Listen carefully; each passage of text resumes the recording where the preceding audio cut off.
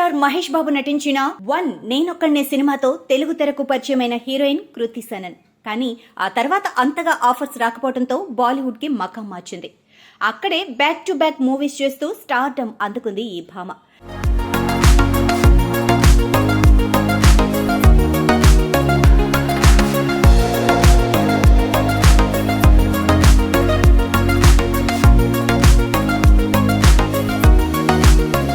చాలా కాలం తర్వాత ప్రభాస్ నటించిన ఆదిపురుష్ సినిమాతో మరోసారి తెలుగు ఆడియన్స్ ముందుకొచ్చింది.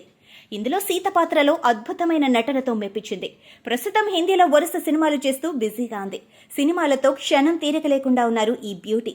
ఈ బ్యూటీ గురించి నిత్యం ఏదో ఒక వార్త సోషల్ మీడియాలో హల్చల్ చేస్తూ ఉంటుంది.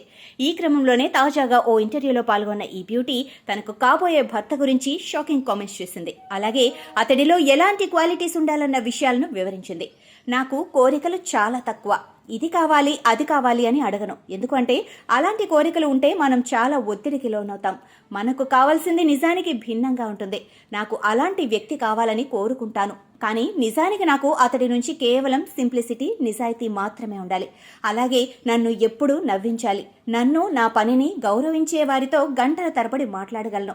అలాంటి విషయాలను అతడు గౌరవించాలి.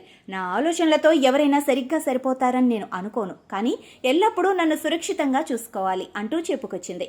ప్రస్తుతం కృతి సనన్ చేసిన కామెంట్స్ నెట్టింట వైరల్ అవుతుంది.